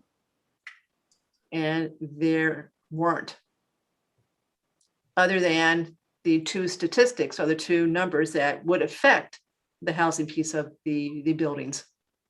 Of mixed Right. use. Yeah, mixed use one. Yeah. But no, they didn't touch the multifamily part, Tim. So then I will vote against this, and I will speak against it at town meeting. Okay, so I want to get your vote officially on the record. So Andrew, can you make a motion to revote the Article 10? I move that we revote our advisory committee's support of Article 10 as amended on 10/19/2021 by Lisa Brasio, the 3 different amendments. Okay, a second on the revote. Second, Okay, all right, I'm going to do the roll call as I see people again. So Eric, You're on mute. Sorry, aye. okay, Cook is aye, AP, Aye. Marcy, Aye. Adam, I Tom, I, Tim. nay. Okay, so Claire is still in the audience. So Claire's 6-1 with Tim voting against it. So Tim, we're going to write a report like we always do. I will make it clear that it was a 6-1 vote. And then you will stand up at town meeting and basically express your opinion. You can do it as an advisory member. You don't have to say, you can say I voted against it at advisory. It was 6-1 vote. And then express, your reasons for doing so. So there you go. Okay. You agree, Tim? Yeah, or I can do it as a private citizen, either way. Yeah, so you got a choice to do what you want to do. All right. Okay, so there's that. Now let's go back to our budget problem. So Andrew, you want to pop up the screen again as far as what we might want to do here?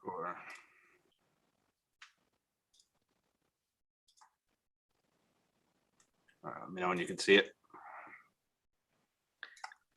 Okay, so where we left off is this would generate a 4% year-over-year increase to the residential side, to everyone, not just the average tax. This is what your taxes are going to go up. So to do that, we are going to basically not propose changing the Board of Health budget. We are proposing to only add $40,000 to the capital for the servers. Leave the other two things there, the 25, unless Marcy convinces otherwise about the 25. But right now we voted to support the 25. So the 25 and then the 30 for the studies and then the 40 for the server. So that's what we're proposing to amend the capital budget by. Correct, Andrew? Correct. So for the capital, it's 25 for BOS, 30 for capital. No additional 45 for IT use existing budget for that. But the 40,000 is still included because it was in the other one. Yep, and that's it as far as things that we actually vote on. The other things that you see changing here have nothing, they don't get voted on. These are things that just changed. He tightened up a number, he found out something, so, and they're small. So all those in green that are changing to this, those are not things we vote on. Okay. And then we need to agree that we would like to see $500,000 moved out of free cash for fiscal year 21 to fiscal year 22 instead of fiscal year 23. So can I pressure test some of the logic here? Yes.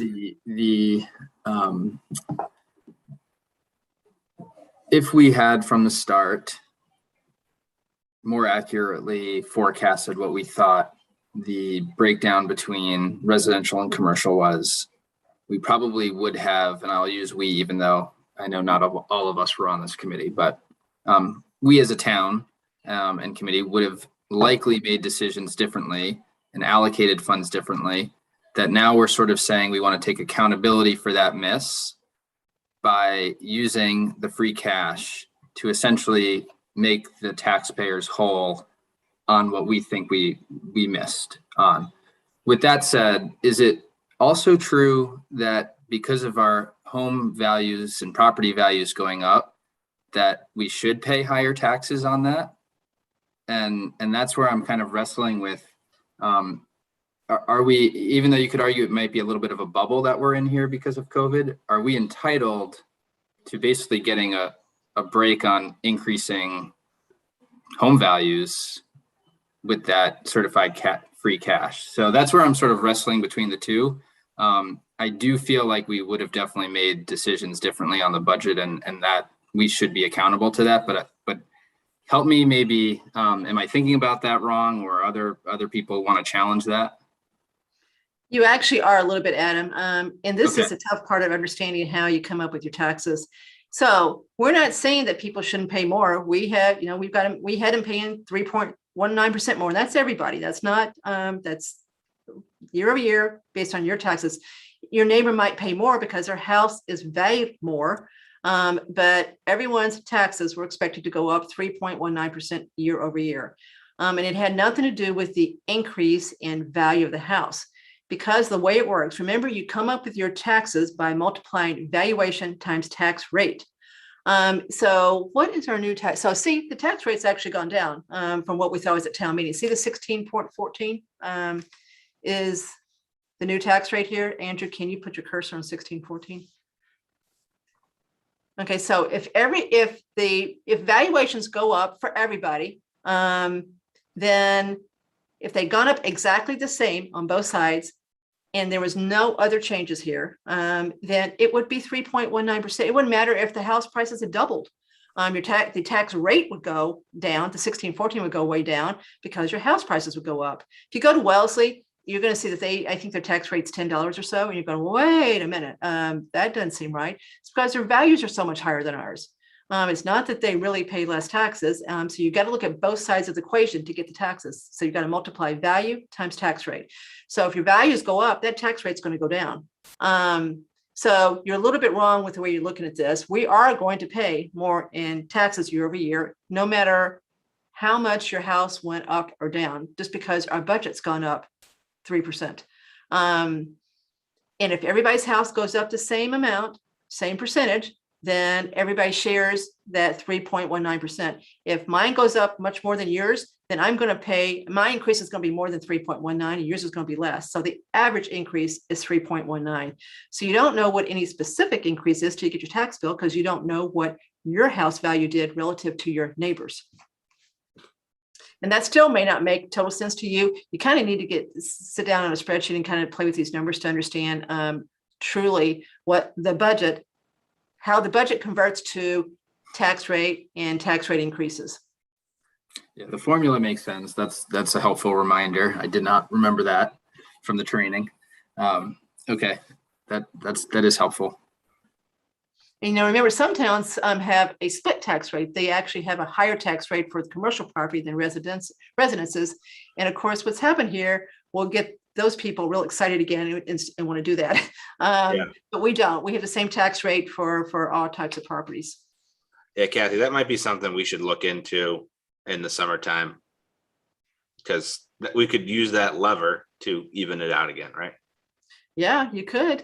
So it might be the time, because I still think it's going to have, so hear me loud and clear. I still think it's going to happen again 1/1/22, because I still think the house prices are going up in Southborough. And I don't think commercial properties are going up anywhere near as fast, if they're going up at all. Yep. Kathy, this is Marcine. How would we get to a split tax rate? Do you and Andrew, can you explain it quickly? The board of selectmen have to vote on Board it. of Selectmen. Yeah, I think they vote. Tim, do you know? I think they vote. It's simple as that. I don't think that the town votes on a split tax rate. I could be wrong, but they take a vote every year. Yeah, And that's on the agenda, and they always decide to keep it, one tax rate for everything. So they do vote every year. So I think it's their vote. Now, it may be I don't know if they've got to have 4 out of 5 to vote for it. I don't know what the rules are, but I think, Marcy, it's a board of selectmen vote as far as whether to use a split tax rate or not. Okay, thank you. It's a good question. We should find out. Okay. So Marcy, I know Mark Purple hasn't gotten back to you. So we can still revote the 25K next week too, if you come up with something that makes you think that we've made a mistake there. Okay, so right now we're supporting the 25K for the traffic study. I'll keep, I'll try to have an answer by next week. Thanks, Kathy. Okay, so what I'm going to ask Andrew Pfaff to do is put together a motion that basically ensconces everything we just said, Andrew, in one motion. We can do the reserve fund vote separately. Okay. I think we need to look at the articles first. Where's the wait, I gotta pull up the warrant. Hold on.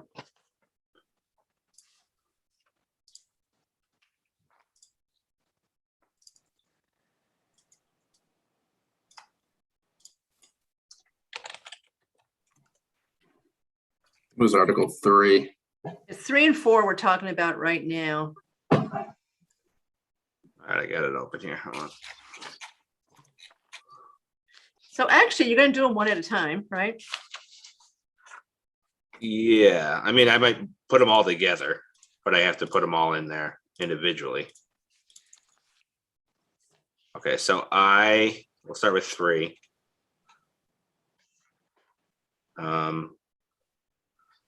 So the problem here, Kathy, is we also have the mass resources in here. Yeah. So I can't shoot it down altogether. So what I'm going to do is I'm going to say not support, but suggest an amendment. Okay. Okay. I move that the advisory committee vote to not support Article 3 as written in the draft warrant, but to amend it to remove the $69,223 from the Board of Health budget for personnel services and other charges and expenses, and to remove the $29,397 and $1,062 from the benefits line item, but to keep in the minus $150,000 for the Water Enterprise Fund. In addition, I move that we do not support Article 4 as written in the warrant. We amend it to change the IT server replacements from $85,000 to $40,000. And we keep the engineering capital feasibility studies at $30,000. And I move that we support Article 5, the $25,000 for the traffic study as written in the warrant. Okay. And on top of that, Kathy, in addition, I vote to support moving $500,000 from the fiscal year 21 free cash, certified free cash, into the fiscal year 22 budget. Let's not put that in this one. Let's get this one done first as far as the articles is written. Okay. All right, I strike that last part about the free cash. That's too much in one motion. Yeah, so we are agreeing to all of those things as one giant motion. It's one omnibus motion. He's amending 3 and 4 and basically supporting 5 in this motion.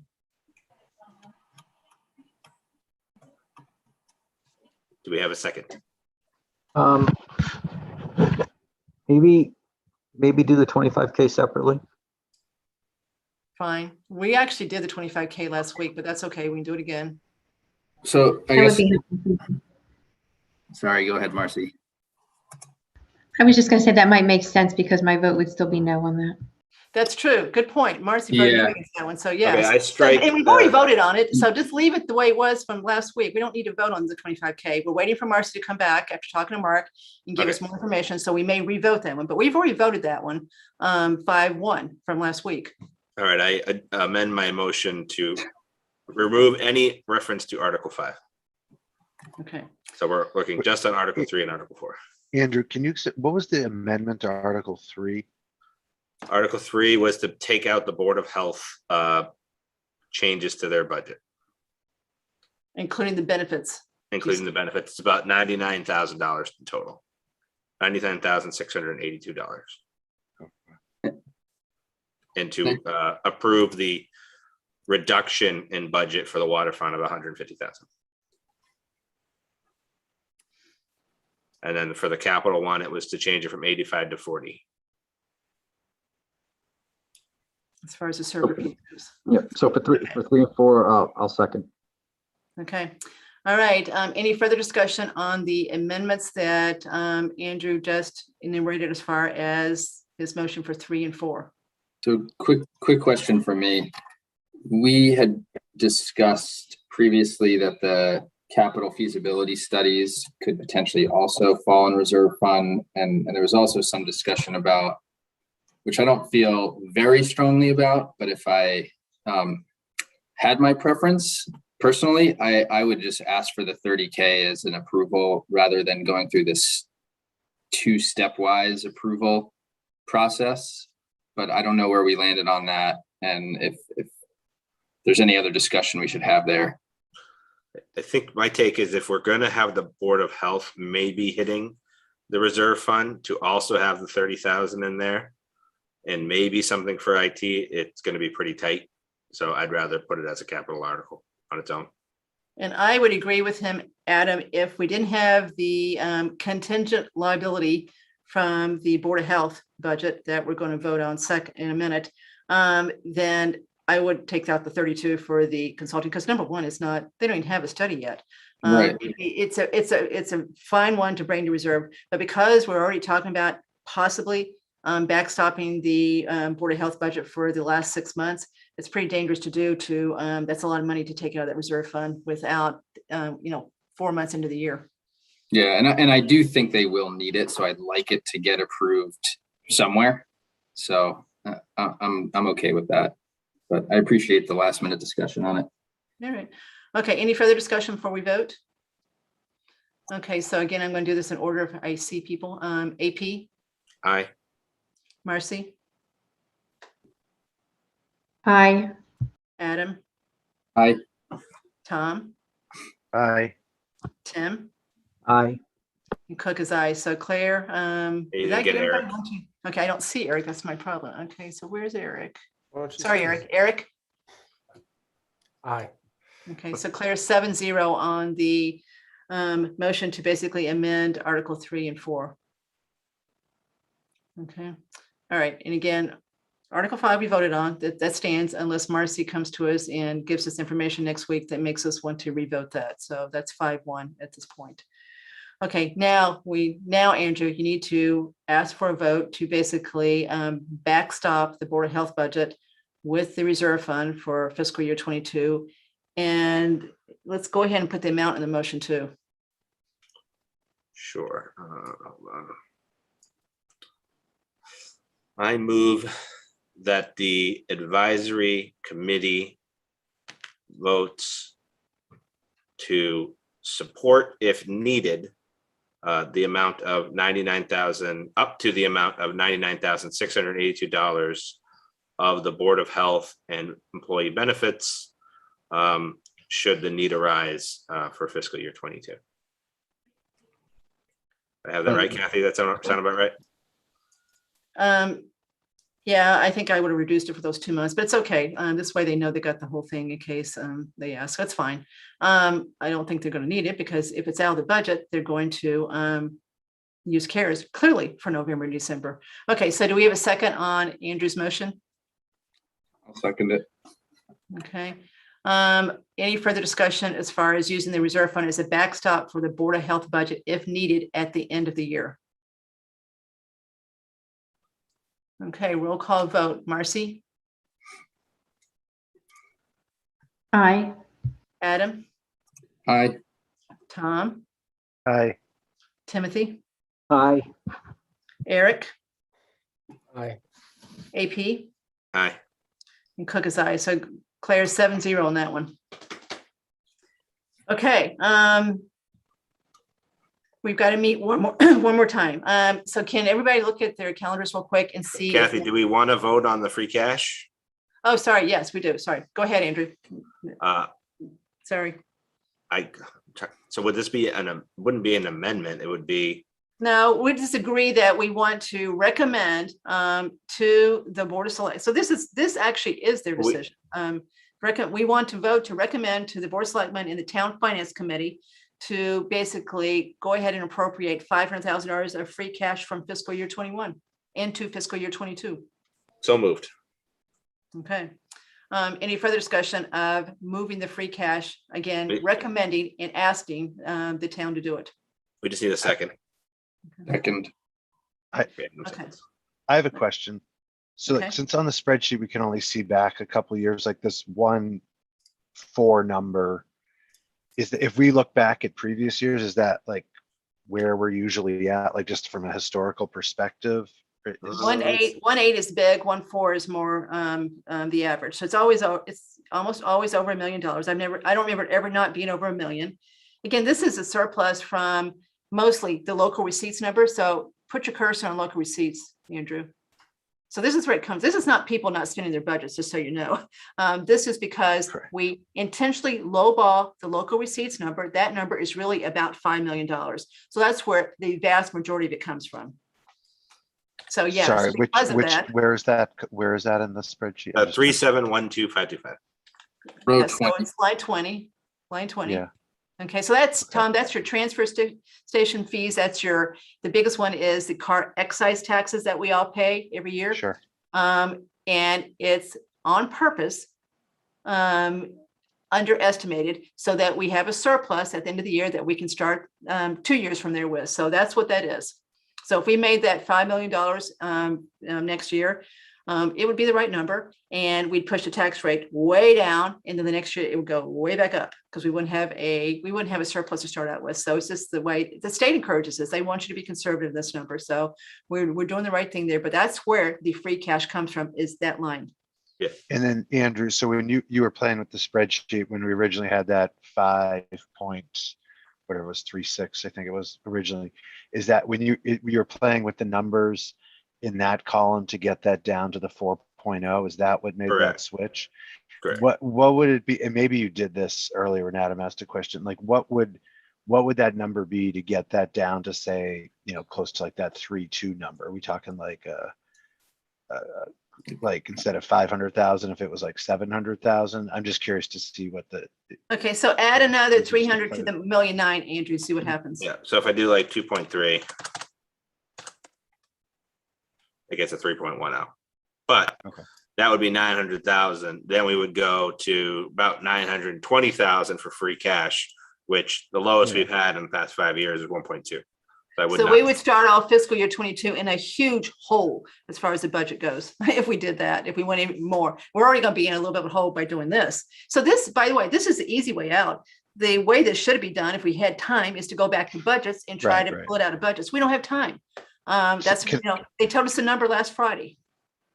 Let me ask this question then. So if we were, and this is just me just thinking about, you originally, one of the first things we talked about was like the shock and horror that people would have if that number, if that 5.36 increase, right? The original number that we saw, what's the shock and horror of that compared to us saying we're moving, $400,000 versus $500,000 versus $750,000 from that certified free cash? Like we're essentially, we're doing a sliding scale, right? To try to make this so people's, eyes aren't bulging out of their heads. Are we just settling on 500,000 because it gets us to 1.4, which is a number that we had 2 years ago? Is that the logic behind it? So my thought process is we're basically leveling it out over 2 years. So we have a 4% increase, and then probably we'll be able to get to a 3 or 4% increase next year, even with the COVID reduction in commercial, as opposed to say a 5.5% this year and maybe a 3.5% next year. Yeah. Right. So it just basically helps balance it out over the 2 years. And we've talked in the past about creating a free cash stabilization fund so that we keep it constant, because this, 1.5 to 1.2 to 1.5 to 1.9, it really makes it a problem from the budget perspective. So we're kind of doing that here. We're kind of using some money to kind of level it out. So this is interesting. The Social Security increase for 2021 for people who receive Social Security was 1.3%. So people starting January of 21, that's what their raise was from 20. They haven't announced what it is for 22, but the estimate right now is 6.2%. So there's a lot of inflation built into things right now. So, you know, they're looking at what the inflation is right now to come up with the 1122 number. So Social Security recipients are going to get a big raise. It looks like 1122. So good for them. And how do we think local receipts will be impacted at all by COVID? Well, we already know, Adam, because, you know, they were impacted. You had less building permits pulled, but they really didn't go down that much. I tell you what really did get affected is we've got a lot of cash that sits in the bank in various accounts. We've got $20 million or so that sits around at any one time. And interest rates, you know, had started going back up before COVID, right? So we were earning between $200,000 and $300,000 a year in interest. That's gone way back down again. So that was one impact of COVID because the interest rates dropped, right, with COVID. With the Fed doing what it did. So that was one impact, but it didn't go down a crazy amount. So there wasn't a horrible impact of COVID. And on top of that, we've added the meals tax in Southwood, local meals tax effective 1/1/22.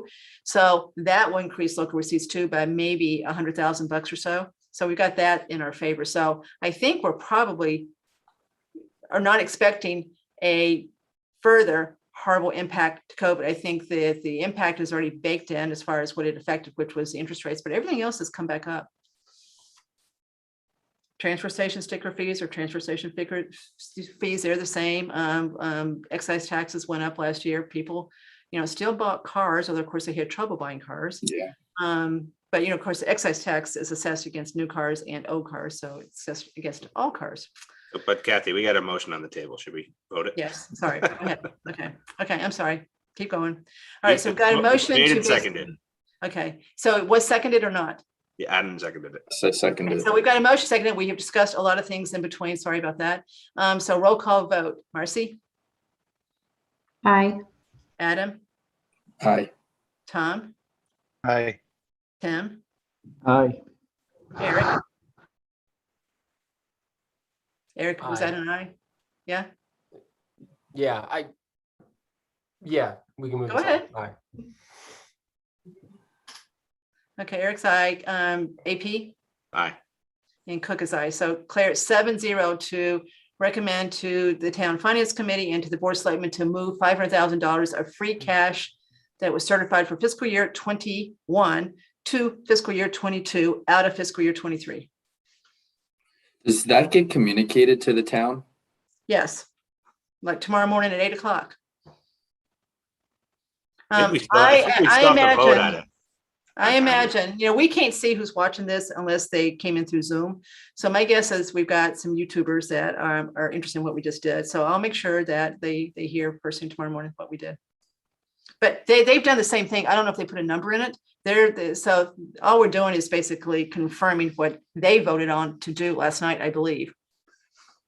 And by they, I mean the Board of Selectmen. So there shouldn't be an issue with that. The number may be a little bit different. I'm not sure if they picked a different number or not, or they just voted to use free cash to get the tax rate down. I'm not sure if they got specific enough with it. Okay. All right. Okay, so I think we've covered what we can cover tonight, but we do need to meet one more time before the town meeting, which would have to be next week. Okay, so the 25th, tonight's the 20th, the 25th is Monday, correct? So that is out because that is the pre-town meeting that you guys don't need to go to, just either Andrew or I'll go to that one. That's just to talk about logistics. So we could do it. I can't do it Wednesday is my problem. I got a school committee meeting. So I think we talked about this last week, maybe doing Tuesday. So the question is, does Tuesday still work for hopefully everyone?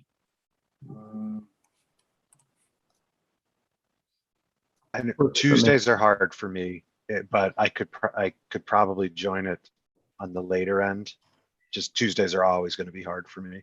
That might be helpful, Tom. Can everybody else come on Tuesday? And the reason Tuesday maybe the better days because we might be meeting with the board of selectmen that night too. And that's the normal night they meet. They don't have a meeting scheduled right now, but they do meet on Tuesdays when they meet. So my guess is we're going to have a joint meeting to try to go to town meeting with a meeting of the minds.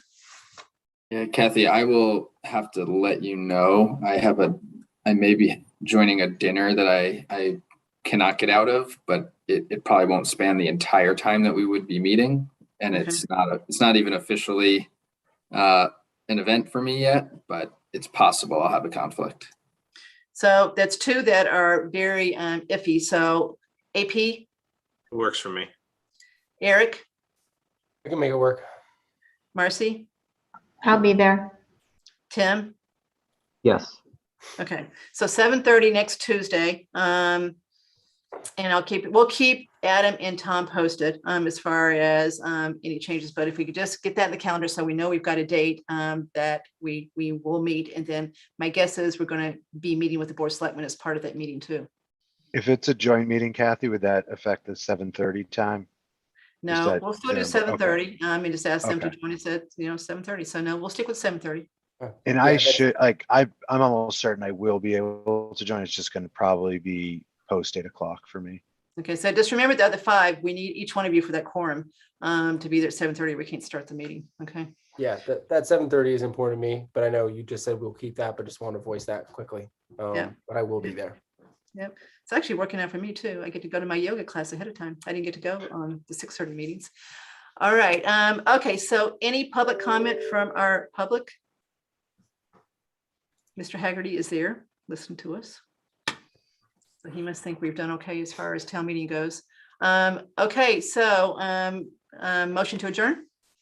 Real quick, Kathy, I'm sorry. I know we want to wrap. I just want to reiterate that I think it's really important. It sounds like that's what you're suggesting with joint board of selectmen next week, not strictly just addressing what's come up in the budget issue, but also making sure we're fully aligned on all the warrants. But again, I just want to reiterate that I know we're very, very tight on time, but I think that's a really important topic. So, if however we need to address that potentially in between meetings, fine, doing some homework, whatever else, but I won't feel good about showing up for the special town meeting without having not just an answer to the short-term solution, but also saying we have very quickly worked to address this internally. And again, we can't have a 100% fix. We can't do everything without all parties, but I would feel much better if at least, the select board and advisory had said, look, we've come to an agreement and this is how we're going to try to avoid this moving forward. I totally agree. And so I will talk to Lisa Braccio, the BOS chair, certainly tomorrow, as soon as she's available, and make sure that she goes back and watches that part of the meeting. My guess is she may be watching it right now on YouTube. She usually does. We'll definitely have the conversation and get that teed up so that the discussion is not just about the special town meeting, but what to do to make sure that, or to try to ensure this doesn't happen again. Cool. Thank you. I just want to voice that. Good point, Eric. Good point. So thank you guys very, very much. I think I got a email from one of the board selectmen that said, thank you very much for the vote on the downtown initiative. Sorry, Tim. So at least that's out of the way. So we're almost there. And then we'll we'll quickly have to turn to the budget for fiscal year 23 because the March town meeting is coming soon. So we'll start that as soon as we get through this town meeting. Okay. All right. Good night, everyone. Motion to adjourn. Second. Sorry. Thank you, Andrew. See, this is why you need the vice chair, right? Okay, motion adjourned, and it was seconded. Roll call vote, Eric, Aye. Cook is aye, AP, Aye. Marcy, Aye. Adam, Aye. Tom, Aye. Tim. Aye. Okay, 7-0, Claire. See you guys next week. Bye. Bye-bye. Okay. Bye all.